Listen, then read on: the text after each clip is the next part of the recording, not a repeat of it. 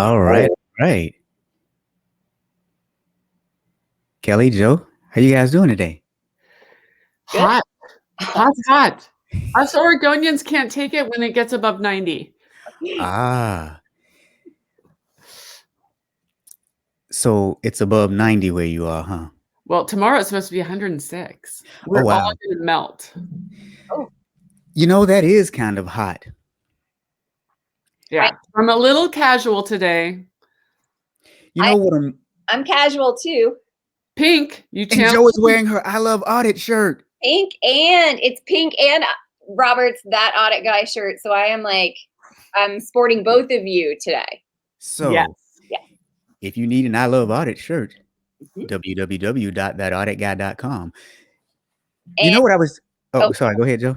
I was gonna say, and our friend Benita, I just got off the Zoom with her. Guess what shirt she has on? And she's supposed to be joining. We recorded a session with our shirts on. So Robert, be proud of us. Oh, wow. Mm-hmm. Yep.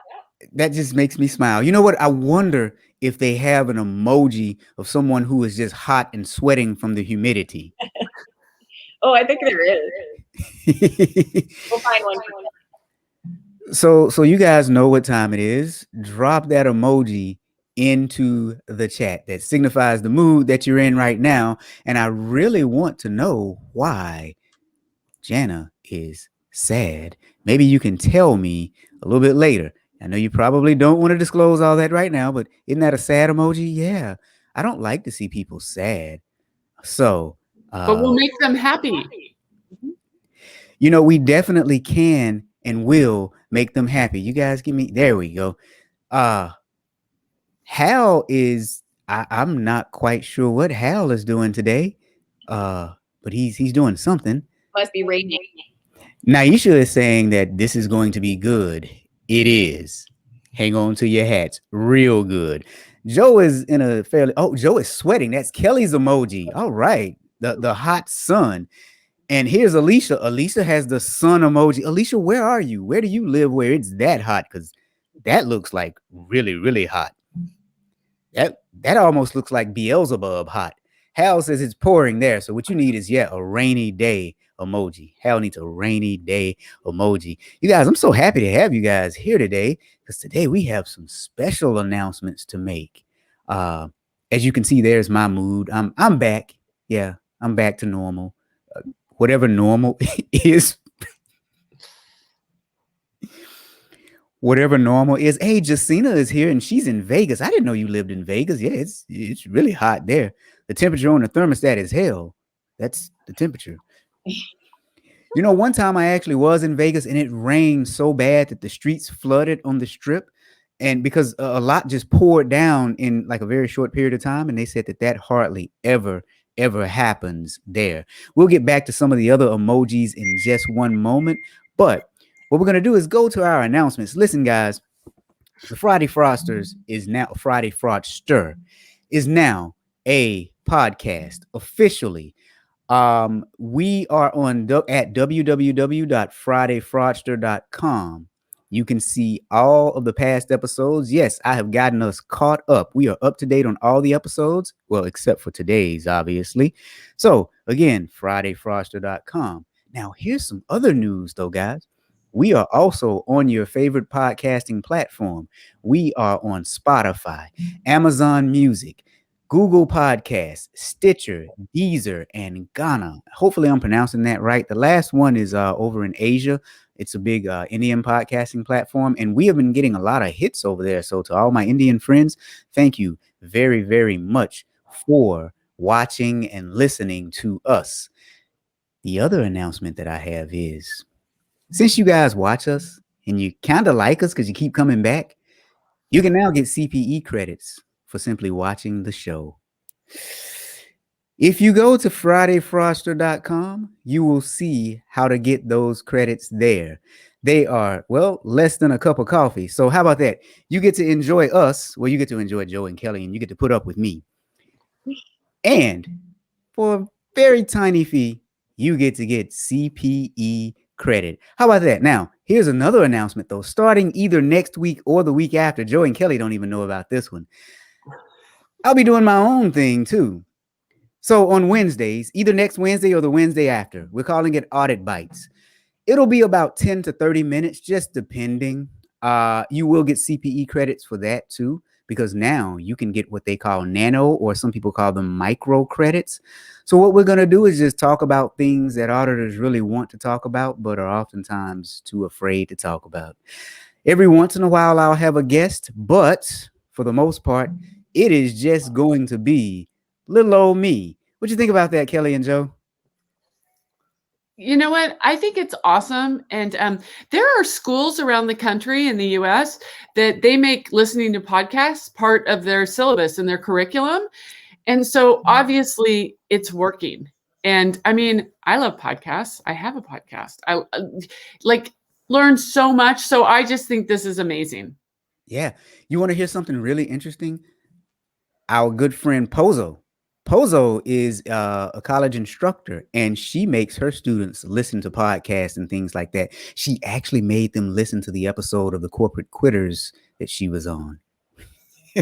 So Pozo's in a good mood today. She's kind of upside down, but she's always kind of upside down.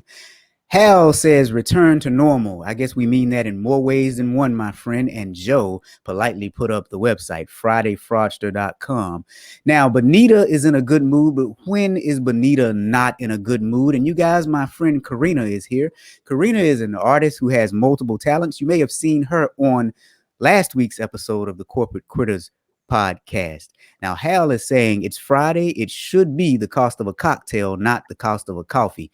You know what, Hal? It's actually cheaper than a cocktail. I don't know when the last time you went out, my friend, but my goodness, the last drink I paid for was astronomical. They wanted an arm and a leg and the deed to my home. Now, Bonita says, no way, it keeps getting better. Bonita, I'm assuming you mean my announcement of me doing a solo podcast. And my friend, I thank you for that, because if you think that's getting better, then that means you must really be my friend. Karina is in a really good mood, and as a true artist, she has a lot of different emojis. And Pozo is saying that she makes her kids listen to those podcasts for extra credit. So now, I think I sent Pozo a great podcast interview with Tim Cook, the Apple CEO. Pozo, I think that was you. I think we talked about it because it was great. Maybe Kelly, did we talk about this one? It was about his view on privacy and. Was it with Kara Swisher? That sounds very familiar. Yes. Yeah. I think we did talk about that. Yeah. So I think Pozo made her students listen to that one too. And it's a good one.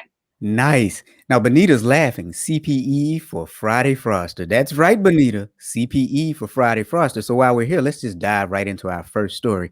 Now, you guys know I like to come up with these crazy titles. So this one I entitled Kid Krimes. I'm going to start right off the bat with hashtag it's position, not gender. Yeah, right off the bat. And in just one moment, you'll see exactly why Kelly said that. So here's our first story. According to arrest records, 47-year-old Romney Manuel, who was a former program consultant with the Louisiana Department of Education. Now, he allegedly used, I'm sorry, I've got to clear my throat when I say this, you guys, because I want you to listen to these words. Hold on tightly to these words that I'm about to say.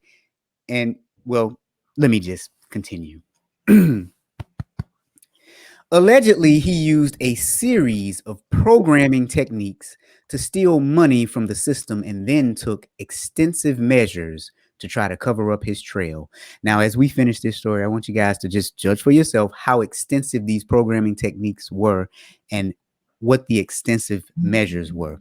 They're saying that he was responsible for ensuring that the Louisiana child care providers had funds necessary to operate during the pandemic. So federal relief funds again, right? The affidavit explains that Manuel's responsibilities with the Department of Education was, well, this is what he did. He was employed by the LDOE in the Office of Early Childhood Operations. He was responsible for, get this, entering information into the child care provider grant tracking system and into the tracking information payment system. I think we see something wrong there already. But the report continues that Manuel entered the information required for child care providers to obtain Child Care Development Fund funds allocated through the Federal CARES Act.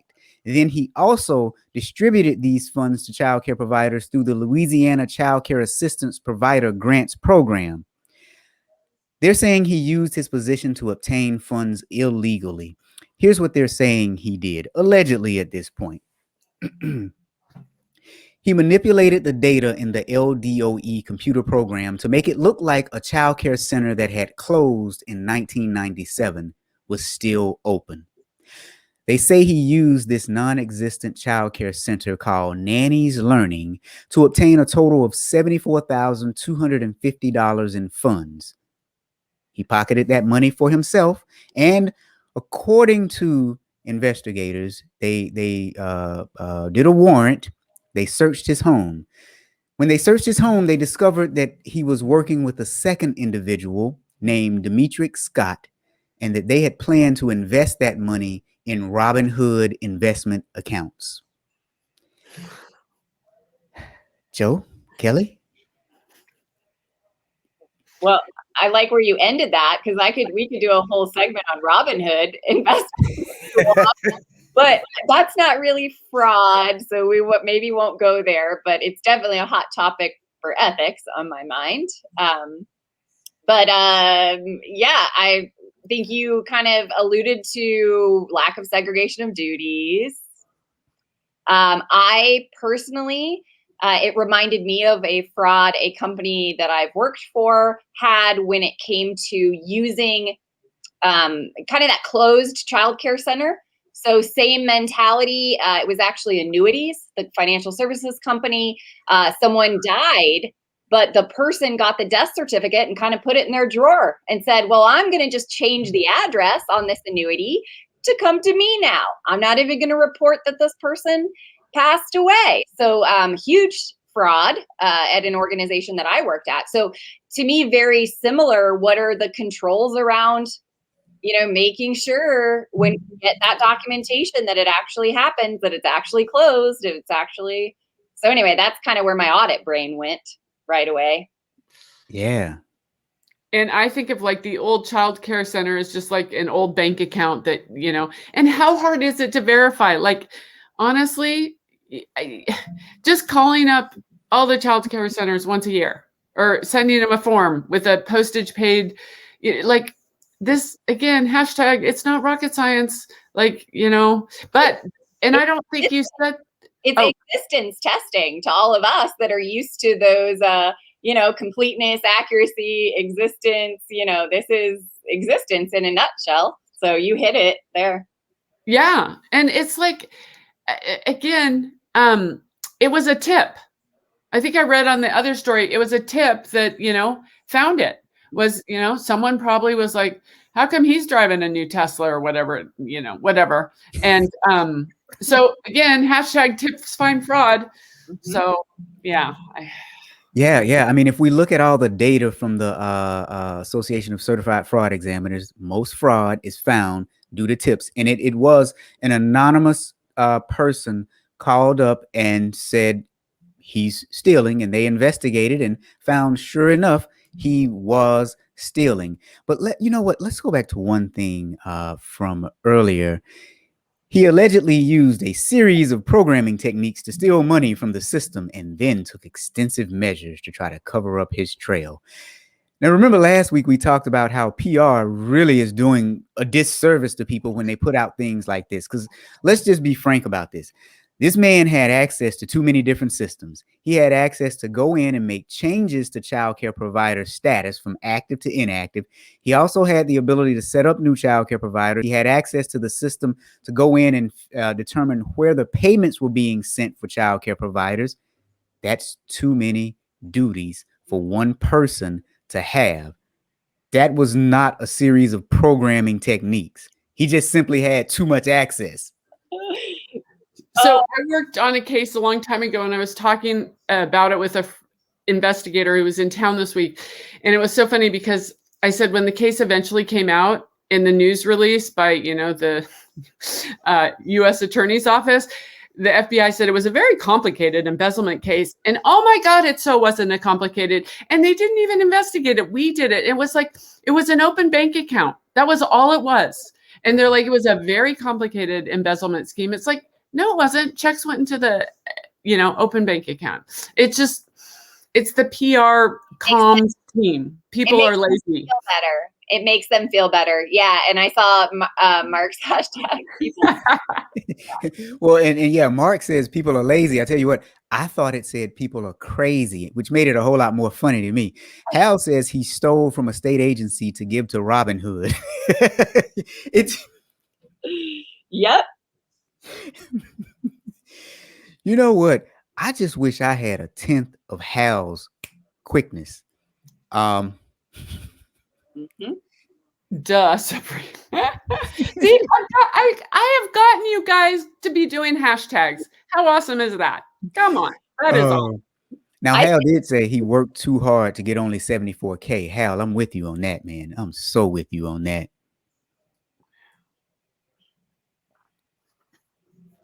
Pozo wants to know why he only stole 74K. Well, and how long did it last? I couldn't find how long this one lasted, but what I'm assuming, and you know what you do when you assume, but I'm assuming since it had to do with federal funds from the CARES Act, that it wasn't long because the CARES Act was enacted, April last year, March or April of last year? Yep. So he just didn't have time to do more, in other words. So we could say this is a win that it was maybe caught in just over a year. But I don't know. I don't know if we could go that far to say any fraud is a win, right? Well, and here's the other thing too, though. The only reason I think he got caught is because he was a blabbermouth and told someone else who told on him. What's the old saying? Snitches get stitches, right? But no, seriously. If he had kept it to himself, he may have still been doing this because we still haven't caught the people who've done the other CARES Act fraud in the other cases that we've talked about. Because what was it? Colorado said that they aren't even going to go after people. They aren't going to pursue it at all. So he may not have gotten caught if he hadn't run his mouth or shown up to work in that Tesla, like Kelly said. Well, ego is a big part of it. I think ego is a big part of fraud, right, Kelly? And so I talk about the 3 character choices we all have in life. And the first one is the big me.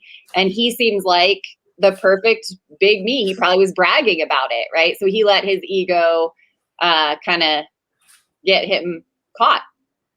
So I guess we can hope that the big me's do get so big that they start talking about it. That could be a good control. No, not a good control, but lack of control. But again, this is also like, come on, stealing from kids. Kids and puppies. And it's just like, these programs need the money. Like, this is such important. And, not that we're not victim shaming here, but when you have a Fortune 50 company that gets ripped off versus the state and it's tax dollars and the money's going to literally feed, clothe, support young kids. Yeah, I remember I brought up the Florida Coalition on Domestic Violence a couple episodes again. To me, these are the worst because of the victims that need the money. That that in that case, the CEO was being paid like an extravagant $8 million or something over 3 years salary that she didn't need. But similar, right? It's the money that needs to go to the kids, to the victims of domestic abuse. It makes it worse, I think, to all of us that have a conscience. Now, Mark is continuing the hashtags. He said big mouths get caught, but Dan said go big or go home. I tell you what, I am so with you on that. And Hal has actually looked up the story, so I won't spoil it. Hal has dropped some stuff into the comments. So you guys know I hold back some, and then I like to just, tell the rest of the story. Who used to say that? I can't remember which news anchor used to say that. But anyway. Paul Harvey. Yeah, that's right. So here's the rest of the story. So officials said that he was working with that other person, hoping to make investments in hopes of concealing his criminal activity so that he could launder the money. So he was planning on making back the money using Robinhood investments. And I think they were thinking he was going to try and put the principal back and just make money off the interest or whatever. However, the affidavit does add that while officials were searching his home, they discovered what they call a, quote, clandestine marijuana grow. Now, did he take ownership of it? No. He said that it belonged to his son. So now he's thrown his son under the bus. Mm-hmm. Such great parenting. Oh boy, yeah, you got that right. And so, like Hal said, he was arrested and charged with theft, computer fraud, bank fraud, money laundering, filing and maintaining false public records, malfeasance in office, criminal conspiracy, and distribution/manufacturing of Scheduled 1 drugs. He was booked on $50,000 bond, but again, go big or go home, and don't throw your son under the bus. I mean, for goodness sake, it really does make you wonder, was it his or his son's for real though? But yeah, just a mess. What is that saying? The apple doesn't fall far from the tree. Well, you know what? That's a good point. Yeah, that is a very good point. I have an entire slide on Big Me parenting just from the college admissions scandal as a case study there, right? So. Yep. It really doesn't. We teach our children so much more of our values and our ethics than you can even imagine. And it's in your day-to-day activities. It's not when you even think you're doing it. So. Oh, I'm sorry. I was reading Jacina's comment. She's right. Hydroponic equipment is expensive. Although, you know what? I don't think they had hydroponic equipment. Just saying. Move to Oregon. You can do it, and that's not a charge. Right, it's legal there. Yeah. Yeah. I like this Friday Fraudster should be Family Friday Fraudster because of the second story. This should have been Family Friday Fraudster. You know what? It should have been. Darn it. When I was coming up with my catchy titles, I didn't even think about that. So it goes to show that Rob does all the work. Well, I love this, Hal. What Hal's bringing up now, which is very sad when it comes to the system. So Kelly could probably get on a soapbox about that. But go ahead. $74,000 and Elizabeth's home, swindling investors out of $400 million to $700 million. Yeah, it's low hanging fruit. She's got lawyers and everything like that. Okay, this is total side story. I was talking to a attorney this week, and he was giving the guy I was with a surprise present, and it's a Theranos coffee mug. And I was like, oh, I want it so bad. I think he might send it to me. If you're listening, I would really like it. Nice. You know what? You can buy it. It's all out there. Yeah. I know. It was so funny though. I refuse to do that, but. At some point, that might actually be worth something. Oh, they're selling for kind of a lot. Yeah. There was a whole story, I think, in the Wall Street last week about all this stuff. Like a Theranos lab coat is really expensive. Just go make one. Let's just copy it. I mean, they just copied stuff. You know what? No one would be able to tell if it was an original or not anyway. But yeah, to your point, they did just copy stuff.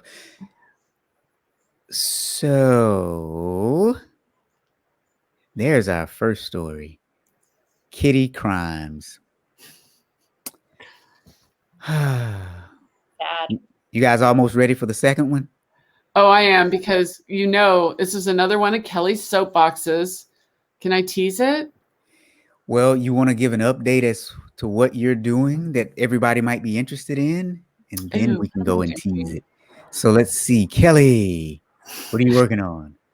Still Great Women in Fraud, the podcast. And then this week I spoke, your brand is a CFE for the ACFE Global, and got really great conversations afterwards and conversations during about branding. A woman reached out to me today. She's like, I'm going out on my own. And so again, just follow Great Women in Fraud, Twitter, LinkedIn. I'm just keeping the content going. All right, Joe. I am going to plug our Innovative Auditor Challenge that we are getting ready to do in 1 month and 1 day. Starts July 26th through July 30th. Hear from great speakers like Rob and Trent Russell and Michelle Fowler. And then we have a surprise Friday speaker as normal.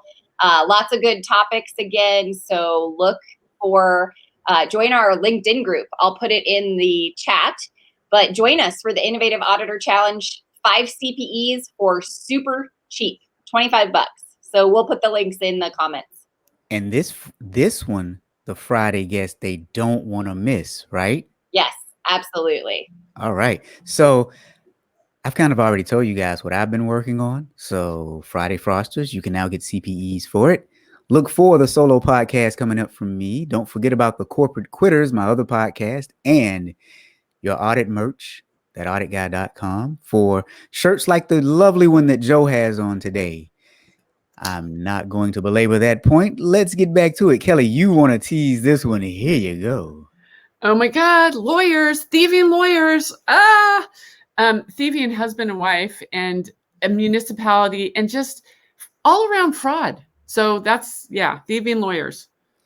So you heard that. Thieving lawyers. You know what? Before we jump to the next story, though, I got one more thing I want to show you guys on this one. So I found Dun & Bradstreet for the guy we just finished talking about. And if you look, Dun & Bradstreet had him listed as owning a company that was valued at $74,000. I thought that was odd. That is odd. Yeah, that's very, very odd. Like, where did that come from and how in the world did that happen? All right, so our next story, Bonnie and Clyde. These two will really give Bonnie and Clyde a run for their money, though. So let's talk about this. So on June the 3rd, a federal grand jury in Lexington, Kentucky, returned an indictment charging Michael T. Hogan, age 53, and his wife, Joy M. Hogan, age 41, with 1 count of conspiracy to commit fraud, and charging Michael with 9 counts of wire fraud and 5 counts of federal program theft. Everybody's stealing from the federal government, right? Now listen now, you guys. Michael was, emphasis on the word was an attorney representing Lawrence County, Kentucky in legal matters. It is alleged that he took part in a scheme to pay his wife more than $365,000 in bonuses. His wife, Joy, was a legal secretary in his office. So let's get down to the bottom of what his job really was. His job in Lawrence County was he was their attorney since 2003.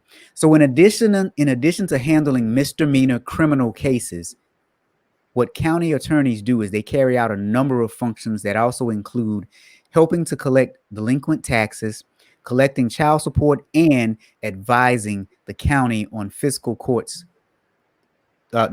advising county fiscal courts on legal matters. So here's the nitty gritty for what he's accused of. It is alleged that they conspired to divert hundreds of thousands of dollars from the county's delinquent tax collections account between March of 2013, get this, March of 2013 to April of 2020. Here's how they did it. Hogan and his wife set up a delinquent tax fund, but used a second delinquent tax fund, a second one, but used their home address and wrote scores of checks from the account to Joy. This is what the indictment said.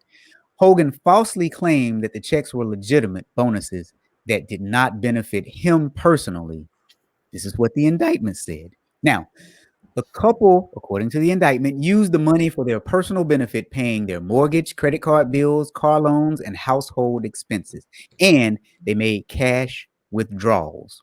The extra money to Joy was supposed to be used for operating expenses for the county attorney's office. Joe, Kelly, what do you guys think? First, I just said, do you think it's a first or second wife? I'm going with second wife. She's 12 years younger. That's terrible of me to even say that. I was thinking the same thing. Yeah. Okay, good. And I love that Mark asked if that's $1,000 a day just to be his wife. So now it just looks like he's paying to be his wife. Well, and thankfully, he actually ran for lieutenant governor in May of 2019, and he was unsuccessful. So, just think if he was lieutenant governor, how much he'd be stealing. Oh, yeah. Because, I mean, this thing started, what did I say, in 2013? Wow. I love the fact that he is in complete denial. Like, this is, I mean, the fact that you can even say I didn't have any personal gain out of it, like, that's a blatant lie. Like, this is, I don't know. I'm sure there's a name for this. Well, I mean, it depends on what kind of marriage he had, right? Maybe what was his and hers, and what was hers. So the money. Sorry, that was a bad joke. But that was almost as good as Hal's joke, right? He said, "Is there a jumping for joy joke in here somewhere?" And his attorney is like, he's known him for 30 years and that he is honest, hardworking man. If Hogan made mistakes, okay, there's qualifiers, they did not involve dishonesty or criminal intent. I am confident in his integrity. Okay, lawyers, you're all just protected. Like, come on. I mean, I wish Don Raybon were here to so confident in his integrity, 100% honest. Like, these qualifiers are just. Well, they're not even using qualify. Well, I guess if he made a mistake might be a qualify. But anyway, yeah. I agree. Yeah. And this goes above and beyond just lawyers too. It goes right back to lawyers now combined with PR. Isn't that one and the same? Oh no, I'm gonna start getting hate mail. I don't want hate mail. Yep, you are going to get hate mail at this point. Now, Jacina asked a good question. How does a county with an approved budget not catch this? Okay, so this is where we get down to something really, really interesting. It did kind of get caught. There was a state audit that was done, and the state auditors released a report in May of 2020 identifying the issues that led to the investigation. Now, I will say I've actually read the audit report. It's actually going to be a topic of discussion on my solo show because it was quite interesting, because I think they missed the critical issue. They caught the problem of what was happening, but they didn't do a root cause analysis. They missed the critical issue that should have been addressed in that audit report. So anyway, there's a surprise there. So yeah, an audit kind of did catch it, but it wasn't necessarily internal auditors. State auditors in almost every state, they do what's called operational audits. And it really is an audit of the operations, and they primarily focus on cash and cash equivalents and then those tangible assets. So this was kind of a no-brainer when you saw two different accounts for delinquent taxes, and then one of them probably didn't have growth in income in it, and then the other one, well, if they actually got the statements, so it had their address. Yeah. Right? Like, I mean, it's the typical, we've been talking about this on payroll audits, like what to check for and data analytics, right? We're going to sound like a broken record, but it went directly to their address. Yep. Well, they didn't want to get in their nice car and drive to the post office box. They're lazy. Like, who said earlier, lazy, lazy, lazy, lazy? Yeah, that was Mark that said that earlier. Now, Mark also says Kelly has investigator bias. It's hot. It's over 90 degrees. Sorry, I'm not 100%. Now, Hal says he should run again. He might be more successful this time. The winner was like 52.4, and he was like number 2 at 39 point something. So it's not like he was way down. Yeah. All right. Before we get too far into the jokes, let's talk about this one. This is just like all the others, right? We had some people that set up a bank account and then diverted the statements to their home. Now, at the same time, what this also tells us, though, is no one was reconciling those bank accounts, because presumably the money was on the ledger. I mean, if you actually set up a bank account, somehow you probably set it up in your system of record in order to divert the payments into this bank account, because they weren't well, in some cases they were collecting the money. Never mind. I saw that in somewhere else in another report, but they weren't always collecting the money. So the bank account existed on the books. If someone were reconciling that bank account, they would have asked for the bank statement at some point in time. So at some point, there was a breakdown in the bank reconciliation process. But also, like Joe just said, data analytics would have got this, because You want to always take your employees' home addresses, bump them up against your payroll records to see if multiple payroll checks are going out, bump them up against your accounts payable records. And when I say bump them up against, I mean compare them to, right?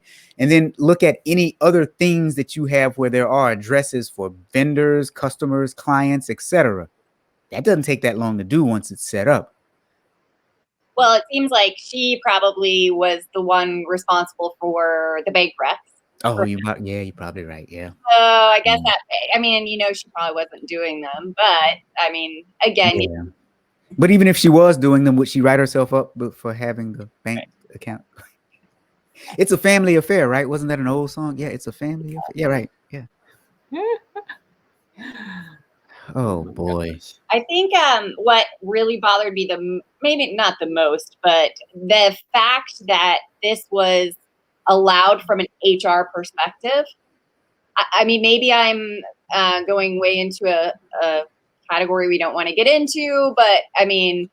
Oh no, keep going. Husbands and wives working for each other seems to be such something that went away a long time ago. Why was this lingering in this state government? Like, I mean, I guess that's one of my questions. And now you're getting to the root cause that I said the auditors missed in that report. Yeah. I'll go ahead and give some of it away, but conflicts of interest, right? Yeah. So here's the thing. What was the process? Okay, let's just back up to this. Conflicts of interest in and of themselves are not bad. You can always put a process in place to, one, identify, and two, monitor what's happening when there is a conflict of interest. I actually do training courses on conflict of interest, on how to evaluate the process and how to set up a good process. Call me if you need to have some sort of training on that, Kentucky.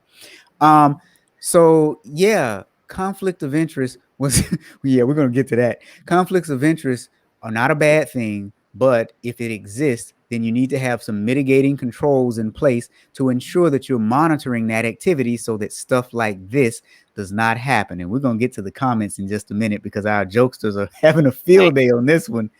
Joe, Kelly, what do you guys think? Conflicts of interest? Yeah, and I mean, I guess my mind goes to related parties too. It's just disclosure that was required, as standards of conduct. Like, where are the standards of conduct? I mean, there clearly isn't. Maybe Dan said government. Maybe that's enough. I don't know, but yeah.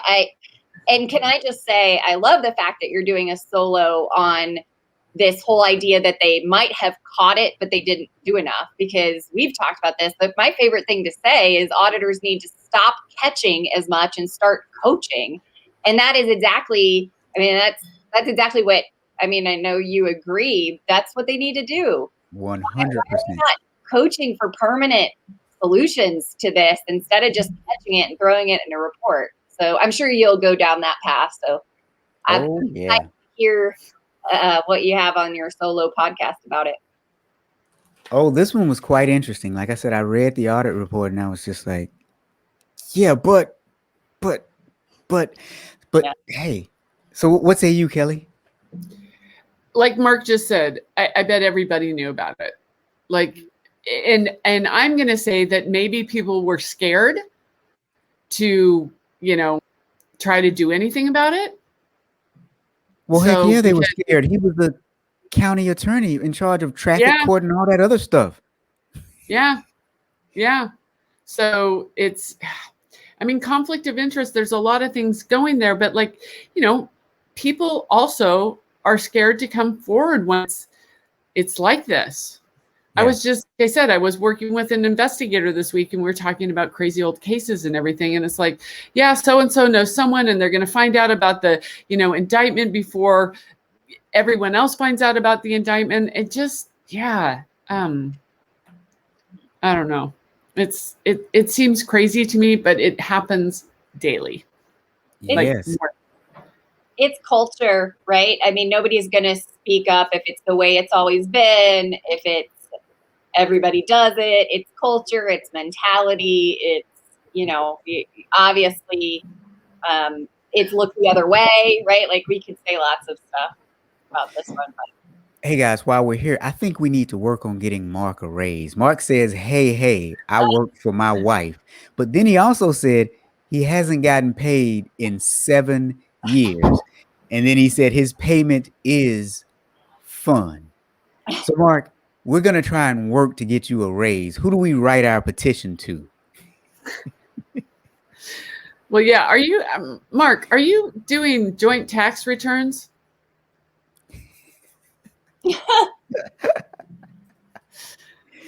Oh.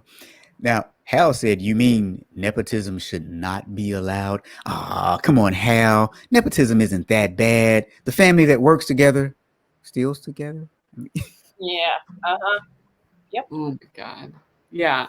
Yeah. Okay, that was a bad one, right? I know. Now, Hal says he was stealing child support payments. Do you think he's got any moral compass? Hal, this man was stealing a lot of stuff. Oh, yeah, you know what?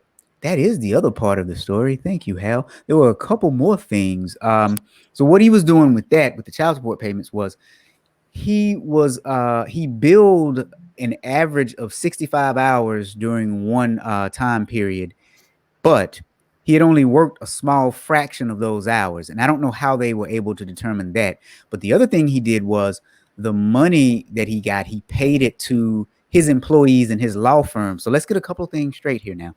So he had a job working for the city as the city attorney or the county attorney. But then he also had his own private law firm where he had employees. So what he did was he did work for the city at a set number of hours, but according to the allegation, he lied about those hours. He worked fewer hours, but then he also paid those funds directly instead of taking it himself to his employees in his private law firm. So that was the other thing he did. And there's one other thing that he did too. So anyway, so what do you guys think about that? I just put in the comments, who wants to bet he is not disbarred? He might be sanctioned. How long is it going to take to get disbarred? He may be given an award for the creativity. He may not be disbarred. He may. Bad. I think I've said before, the highlight of my customs career was getting a woman attorney disbarred and sent to prison. But it took a lot. The guy's like, you can't have both. You can't disbar her and send her to prison. I'm like, she stole $2.4 million. Yeah. He's like, take one or the other. And I'm like, no, I'm taking both. Yeah. Her defense attorney is like, you're ruining her. You're getting her disbarred and sending her to prison. And I'm like, yeah, imagine that. I bet he would say the same thing that this lawyer said, that she was a good, honest person, full of integrity, who never used this money for their personal gain, yet he was paying his employees with it. Lies. Now, Hal said, Hal said Giuliani could be his lawyer, but then again, not. But look at how long that took. Well, for those who don't know, Giuliani just got disbarred, right? Yeah. And then Mark says, I guess that was his way of laundering the funds. Yeah. That was rationalization of, I'm going to take it to pay other people, maybe. I don't. Well, yeah, and you know, in the indictment, that is part of what he was saying. He said that, and I can't find it right now, but he was saying that he wanted to give those funds to hardworking people because they deserved it. Now he gave a couple $100,000 to his wife. So who are those hardworking people? Because he directly benefited if his wife benefited, I'm thinking. But okay, that's a weird one. But yeah, that's exactly what he said, you guys, is that he wanted to give the funds to those people that he felt deserved it because they were hardworking people.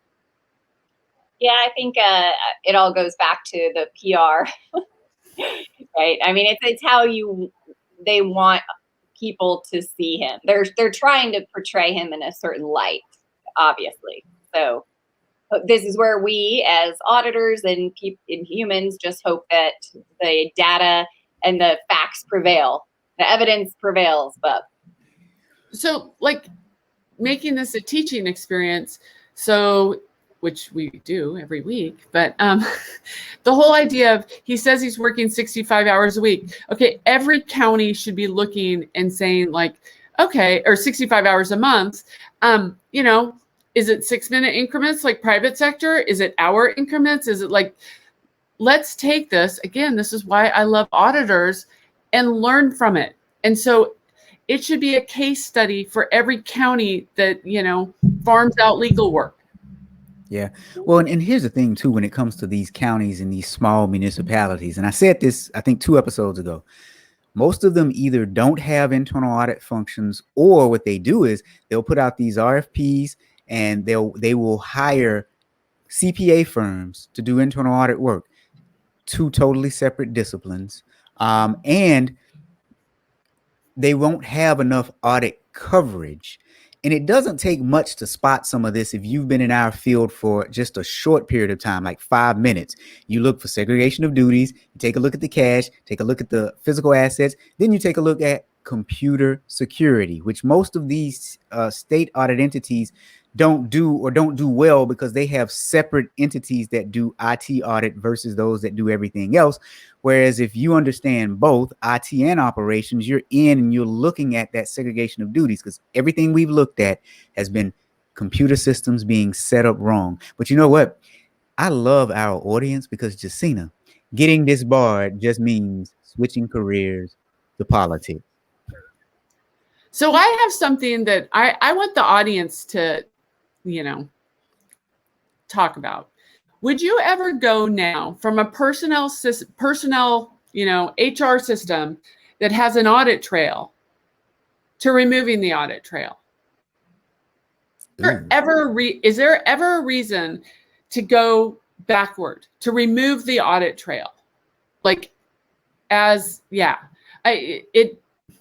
This is an investigation I'm familiar with, and it's like, because they got caught doing something in the personnel system, they've just decided to remove the audit trail. Like, I can't believe technology even lets you remove the audit trail these days. It's a huge step backwards. I don't even know what to say to that. That's crazy.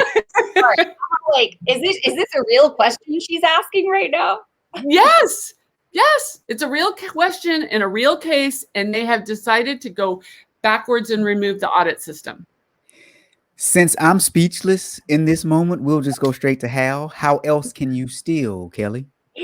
Right. In this case, it's not stealing. It's messing with people's employee personnel records. And they don't want people to know that they're going in, because there's a trail. Every time you go into the electronic record, it shows who went in at what time, if they added, subtracted, viewed, whatever. And now they've removed that. What's the with them? What's in it for them? Like, what part of the CYA? It's CYA. Huh. There's lawsuits, and they want to say that they didn't go in and add things, and you can't prove it. Yeah. Now Mark says this is done by leaders that don't want to get caught or have bad behavior in their empire.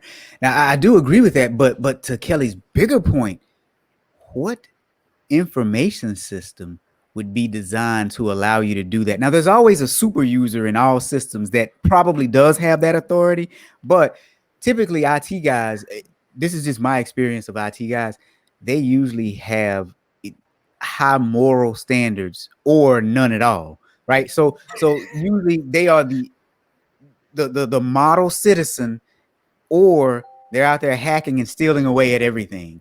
And I say that, and of course I'm overgeneralizing, but I think an IT guy would actually quit before they would actually do that. Most of the ones that I know, they would quit the job before they would allow that to happen in their system, because that's what they say. This is my system. They take huge ownership and pride in what they do. So I would second that, agree with that.